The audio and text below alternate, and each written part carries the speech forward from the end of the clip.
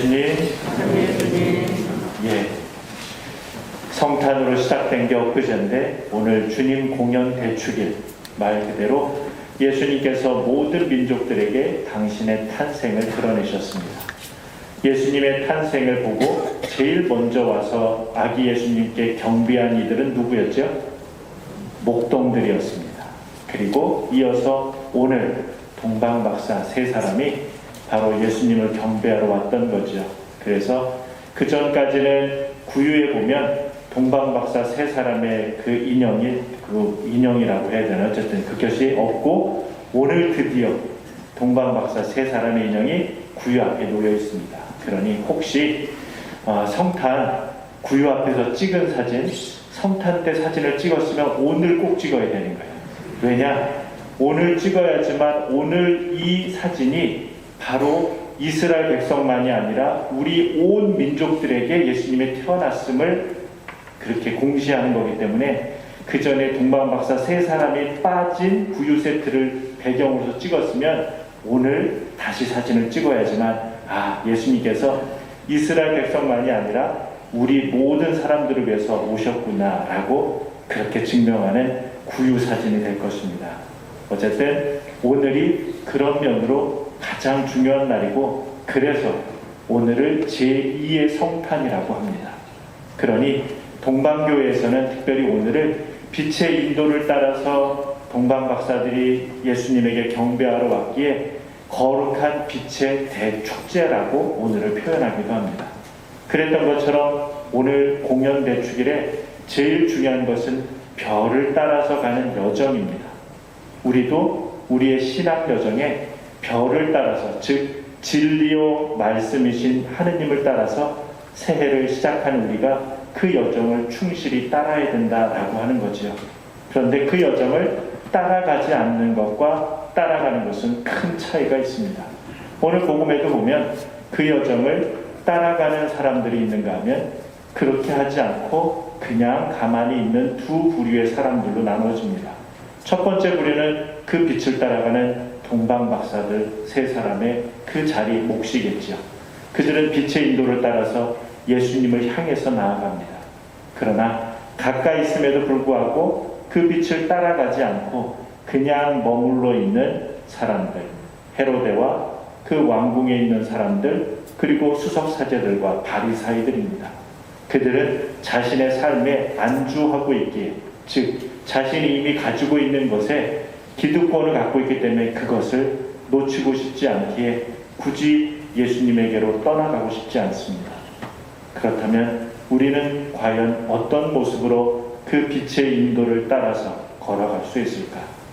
오늘 복음에 보면 그 단계는 세 단계로 나누어집니다.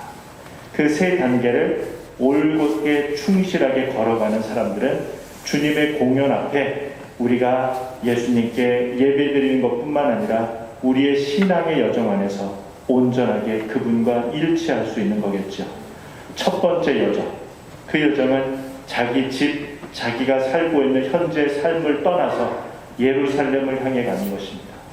예루살렘은 구약에서부터 하느님이 계시는 곳, 그곳으로 알려져 있죠.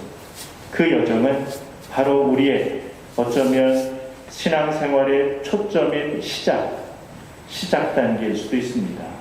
바로 세례를 받기 위해서 신앙의 여정, 그 출발했던 점, 그것과 비견할 수도 있겠죠.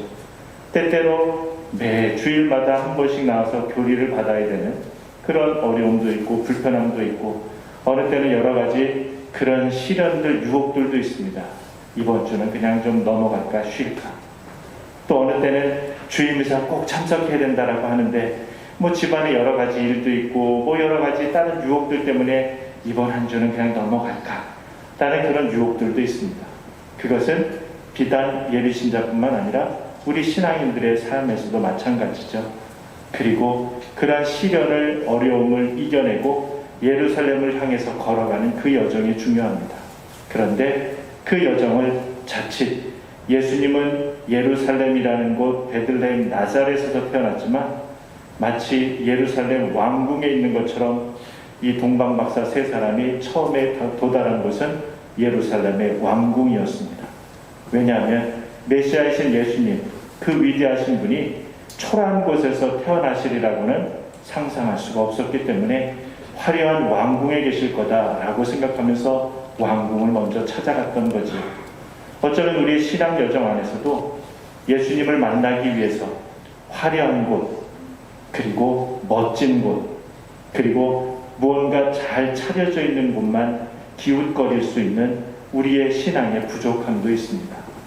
세상적인 것 안에서 그렇게 잘 차려진 곳, 화려한 곳, 그것을 찾아다니다 보면 결국 그 안에 오신 예수님이 아니라 더 낮추이고 더 보잘것없고 누추한 곳에서 태어나신 예수님을 만날 수는 없다라고 하는 거죠. 자칫 우리가 만난 예수님을 헛 예수님을 만들어 놓고 그 예수님을 만난 것처럼 착각할 수도 있습니다. 그러기에 그 빛이신 그 말씀을 올곧게 따라가야지만 참된 예수님, 우리에게 오신 구세주 메시아를 만날 수 있겠지요. 예루살렘까지 강도한 그 여정은 끝이 아닙니다. 다음 여정은 그 예루살렘에서 마국간, 베들레헴의 마국간으로 가야 됩니다. 그 마국간은 누추하고 냄새나고 가축들과 함께 있는 곳이기에 그렇게 정결하지 못한 것처럼 느껴집니다. 세상의 잣대로 보면 지저분하고 정결하지 못한 곳이지만 그곳에 아기 예수님께서 오셨습니다. 그 아기 예수님을 만나기 위해서는 누추하고 낮은 곳으로 우리가 직접 찾아가야 된다라고 하는 거죠. 그리고 그 마국간을 들어가기 위해서는 머리를 숙이고 낮추인 자세로 마국간에 들어가야 됩니다. 그리고 땅바닥에 마국간에 그 구유에 누워 계신 예수님을 경배하기 위해서는 뻣뻣하게 선 상체로는 경배할 수 없겠지요. 땅에 엎드려 예수님보다 더 낮은 모습으로 예수님께 경배해야 할 것입니다. 그럴 때 우리를 비추었던 그 빛은 그저 단순하게 아기 예수님의 위치만을 알려주는 그 빛이 아니라 이제는 예수님뿐만 아니라 우리 모두를 비추어주는 참 빛으로 변할 것입니다. 그렇게 참 빛이신 그분을 만났을 때 우리는 그 빛 안에서 참된 예수님과 온전히 일치할 수 있겠죠. 그렇다고 우리가 그 마국간에서 평생을 함께 머물 수는 없습니다.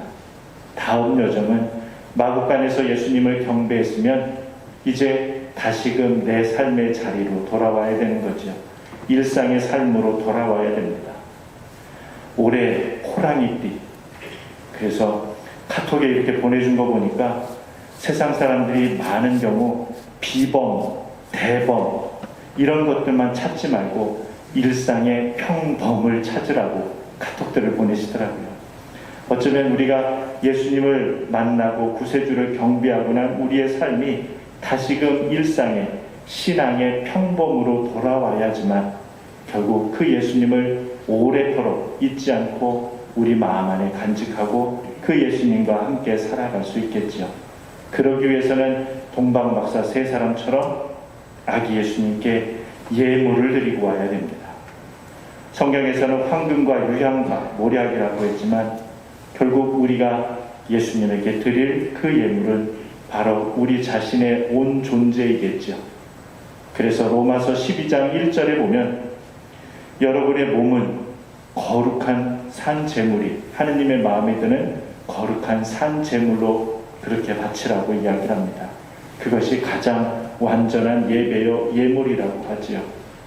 결국 우리가 예수님께 우리의 몸을 바친다라고 하는 것, 그것은 순교의 희생이 아니라 우리의 몸과 마음으로 그리스도를 모시고 그 메시아이신 그리스도의 삶을 우리가 살아가게끔 우리에게 다가오시는 예수님을 우리가 온전히 끌어안을 수 있을 때 그것은 우리가 동원했지만 오히려 그분께서 우리를 온전히 안아주시는 그런 모습이겠죠. 그래서 이제는 우리가 늘상 바라보는 우리의 시선이 예수님의 시선으로 바라볼 수 있고 또 우리가 만나는 많은 사람들에게 하는 우리의 말과 행동이 그저 인간인 내 말과 내 행동이 아니라 하느님의 말, 하느님의 행동으로 우리가 변해서 살아갈 수 있을 때 빛으로 오신 그 예수님을 맞이한 우리의 삶이 그리스도이신 메시아이신 그분과 온전히 일치하는 삶이겠죠. 그러기에 사도 바울께서 이야기하셨던 것처럼 이제는 내가 사는 것이 아니라 내 안에 있는 그리스도가 사신 것처럼 우리에게 다가오신 빛이신 그리스도, 그분을 우리가 만나 뵙고 경배했다면 이제 그분을 우리 안에 온전히 모시고 우리가 살아갈 수 있을 때, 즉 일상의 신앙의 평범함을 살아갈 수 있을 때 그것은 결코 평범함이 아니라 구원회로 향하는 가장 은총된 복된 그런 삶이겠지요. 주님 공연 대축일로 우리를 다시금 빛의 인도로 우리를 환히 밝혀준 신앙의 빛 안에서 올 한 해 우리 모든 신자분들 또 예배신자 모든 분들이 그리스도의 빛 안에 거닐고 그 빛을 따라 그 여정을 충실히 가며 늘상 올 한 해도 기쁘고 행복한 신앙의 여정이 되시길 기도드리겠습니다.